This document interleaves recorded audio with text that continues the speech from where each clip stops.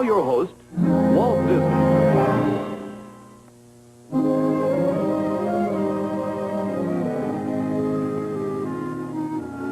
One of the most common topics of today is how to relax. What to do with our leisure time. Down through the ages, one of the most important things man has worked and struggled for is leisure. And with the 5-day week and the 8-hour day, man is well on his way to this goal.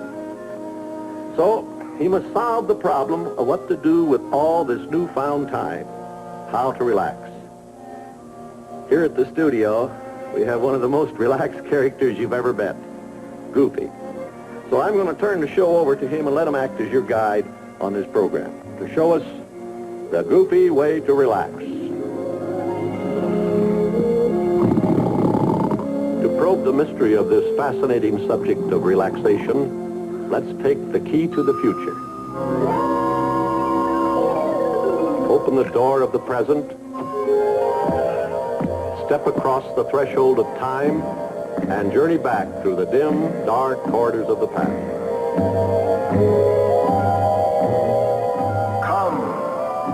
Come with me. Back through the days of the horseless carriage and the high-wheeled bicycles. Back to the very beginnings of our young nation. Over the drawbridge and through the age of chivalry.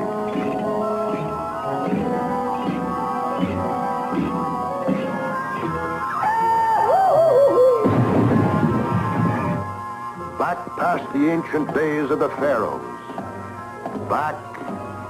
Ever back to prehistoric man's earliest beginnings, the caveman.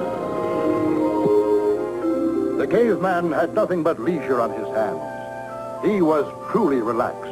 Then one day he made a big mistake. He discovered his thumb. With his thumbs, he found he could pick up a club. The club developed into tools.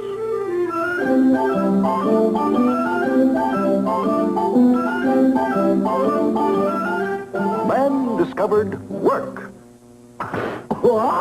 And that was the end of leisure. He made pyramids and sphinxes. He built acropolises. He built boats and bridges and cities with roads and buildings and houses. Well, one thing led to another until man was doing nothing but work. Round the clock he worked, from sunup to sundown. And when he got tired of working, he worked some more.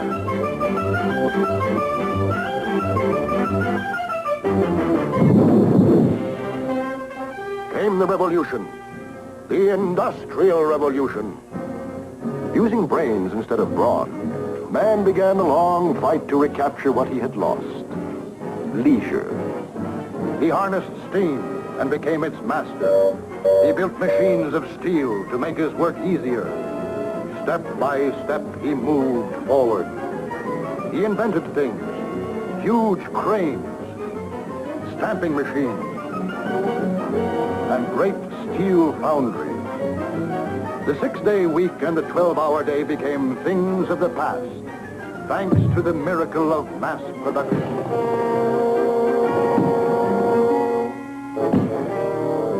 Now it would appear that man is right back where he started, with time on his hands and his thumbs unemployed. But no, there's a difference, a big difference. Outwardly, he appears to be relaxed.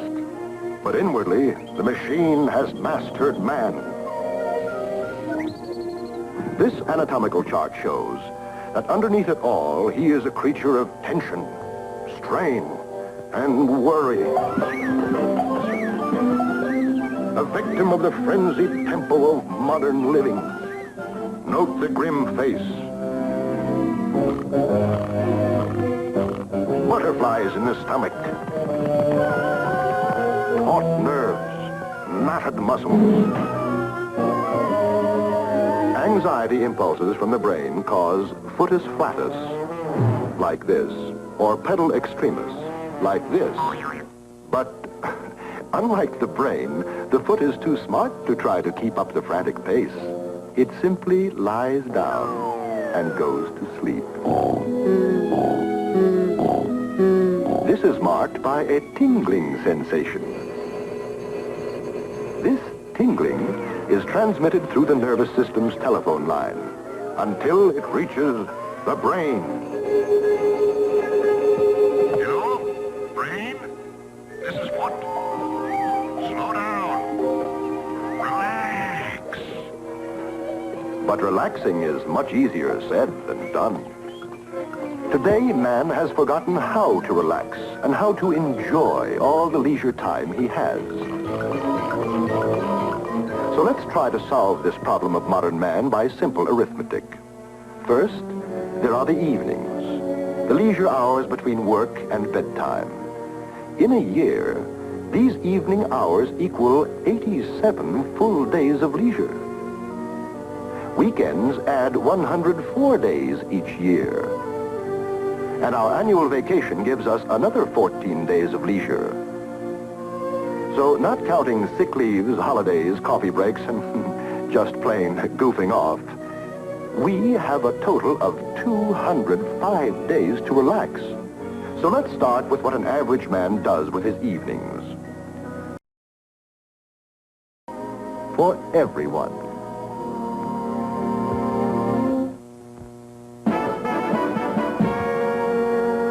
And now for weekends. 2 whole days to relax. Weekends spent at home are one of the favorite periods for relaxation, especially for the avid do-it-yourself fans. Today, do-it-yourselfing has become big business. It's easy to construct your own hi-fi set, your own railroad, build a toll bridge, even a skyscraper. Nothing is beyond the realm of possibility.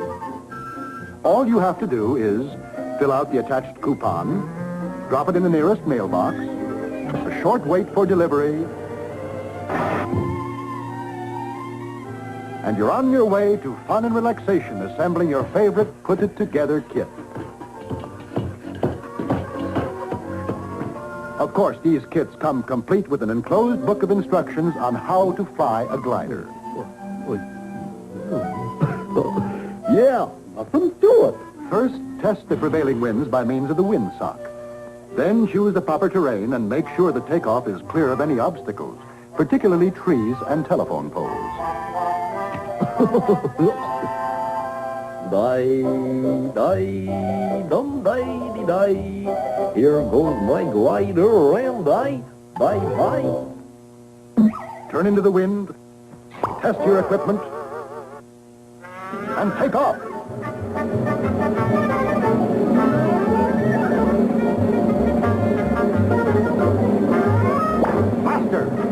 Faster! More speed! Don't let minor mishaps mar your enthusiasm. Keep trying, for there are many other ways to enjoy your leisure. Today, the family garage has become a machine shop filled with lathes, drills, saws, jigs, augers, in fact, power tools of every description. But all this elaborate equipment isn't really necessary. The resourceful do-it-yourselfer only needs a few simple tools and the urge to tinker. There is only one unbreakable rule for tinkering. Never finish any project you start. This rule applies to painting floors, doing your own wallpapering, decorating, easy remodeling jobs, repairing furniture, fixing leaky pipes, or for the more courageous, fixing the television set. Tinkering not only provides the tinkerer with much-needed relaxation, it is also a prime source of revenue for the professional repairman, who must necessarily follow the tinkerer. For statistics show us the average handyman about the house creates more havoc and destruction than the combined efforts of termites, tornadoes, flood, fire, and water. But the rabid do-it-yourselfer is not easily discouraged. He is a man of far-ranging dreams, of vaulting ambitions. Sometimes these ambitions lure him into some spectacular home remodeling project like adding a room, a den of his own, designed as a perfect haven to relax. Of course, there are a few minor details to take care of: filing your legal description, title search, easements, deeds, zoning laws, oil and mineral rights, building permits, soil tests, contracts, electrical and plumbing codes. Just be sure these necessary items are taken care of, or you might find yourself out on a limb. But there's much more to do on weekends than just staying home. Yes, indeed. The leisure hours of Saturdays and Sundays are ideally suited for the weekend sportsman. These hardy souls go in for the more vigorous type of relaxation, out in the wide open spaces where one is lulled to sleep by the gentle sounds of nature. Ah, yes, there is nothing to equal the joy of sleeping in the great out-of-doors, arising at the crack of dawn, completely relaxed from head to toe. Hungrily filling our lungs with the pure, thin, rarefied mountain air, so much healthier than the smog and artificial ozone of the crowded city. And then, of course, there's nothing to compare with duck hunting. Ah, the clarion call, so beloved by the enthusiastic Nimrod. This form of recreation is an excellent way of relaxing for everyone, except, perhaps, for the duck. For the more sedate devotees of leisure, there is always horseback riding. Ah, yes, from office seat to saddle for those who prefer their exercise sitting down. Wind in your face, blowing away tension, strain, and worry. And so at a leisurely pace, one has time to contemplate the beauty and tranquility of nature.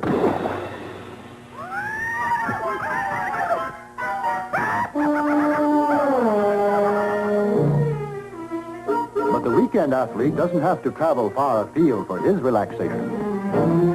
Just around the corner in any city, he'll find beautiful parks with well-kept tennis courts to indulge in his favorite recreation.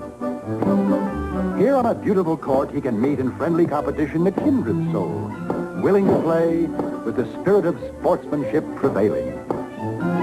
Forgotten is the grim reality of their daily grind, forgotten in their joy of the spirited sport. For here on the courts, it's not the winning so much as the game that counts. A game that gladdens the hearts of the happy contestants, free in the thought that they're achieving that mystical something. Happy, carefree leisure and complete relaxation. No matter which way the ball bounces. Oh, fudge! Here at the beach, what more ideal spot is there for those who dare conquer the restless waves with a brisk, invigorating dip in the briny? Among the restless seekers of leisure, we find the surf riders, that lucky group devoted to wooing the spirit of relaxation. Here, with complete abandon, safely astride the surfboard, they joyously ride the whispering waves.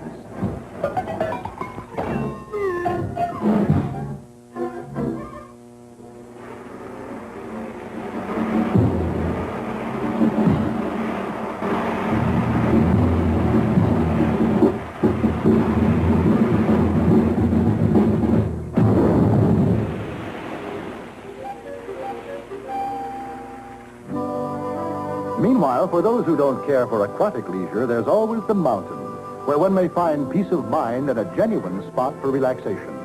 Here among the majestic peaks of the snow-covered mountains, amidst the winter grandeur of nature, one finds the skier, dedicated to enjoying the winter sport of skiing, pronounced skiing.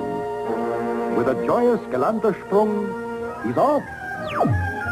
And what finer accomplishment to the inveterate leisure lover than a fast spin down an icy slope, swiftly schussing past unseen obstacles.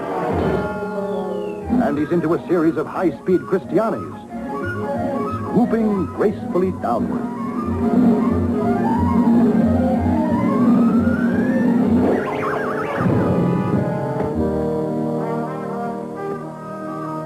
But as you may have noticed, weekend athletics have a tendency to stove in the weekend athletes between weekends. To avoid this, well-known authorities on the subject of leisure and relaxation suggest some less strenuous hobby, like spectator sports, where you sit back and watch somebody else do the work. Now that's true relaxation. Well, ladies and gentlemen, here we are out at the Elite Deluxe Sport. And now we come to vacations, the biggest chunk of leisure time man has to spend. Let's look behind the scenes and study a typical vacation from big... Wake up! Huh? You gonna work all night? You're sleeping on your own time. Whoa! Oh, gosh!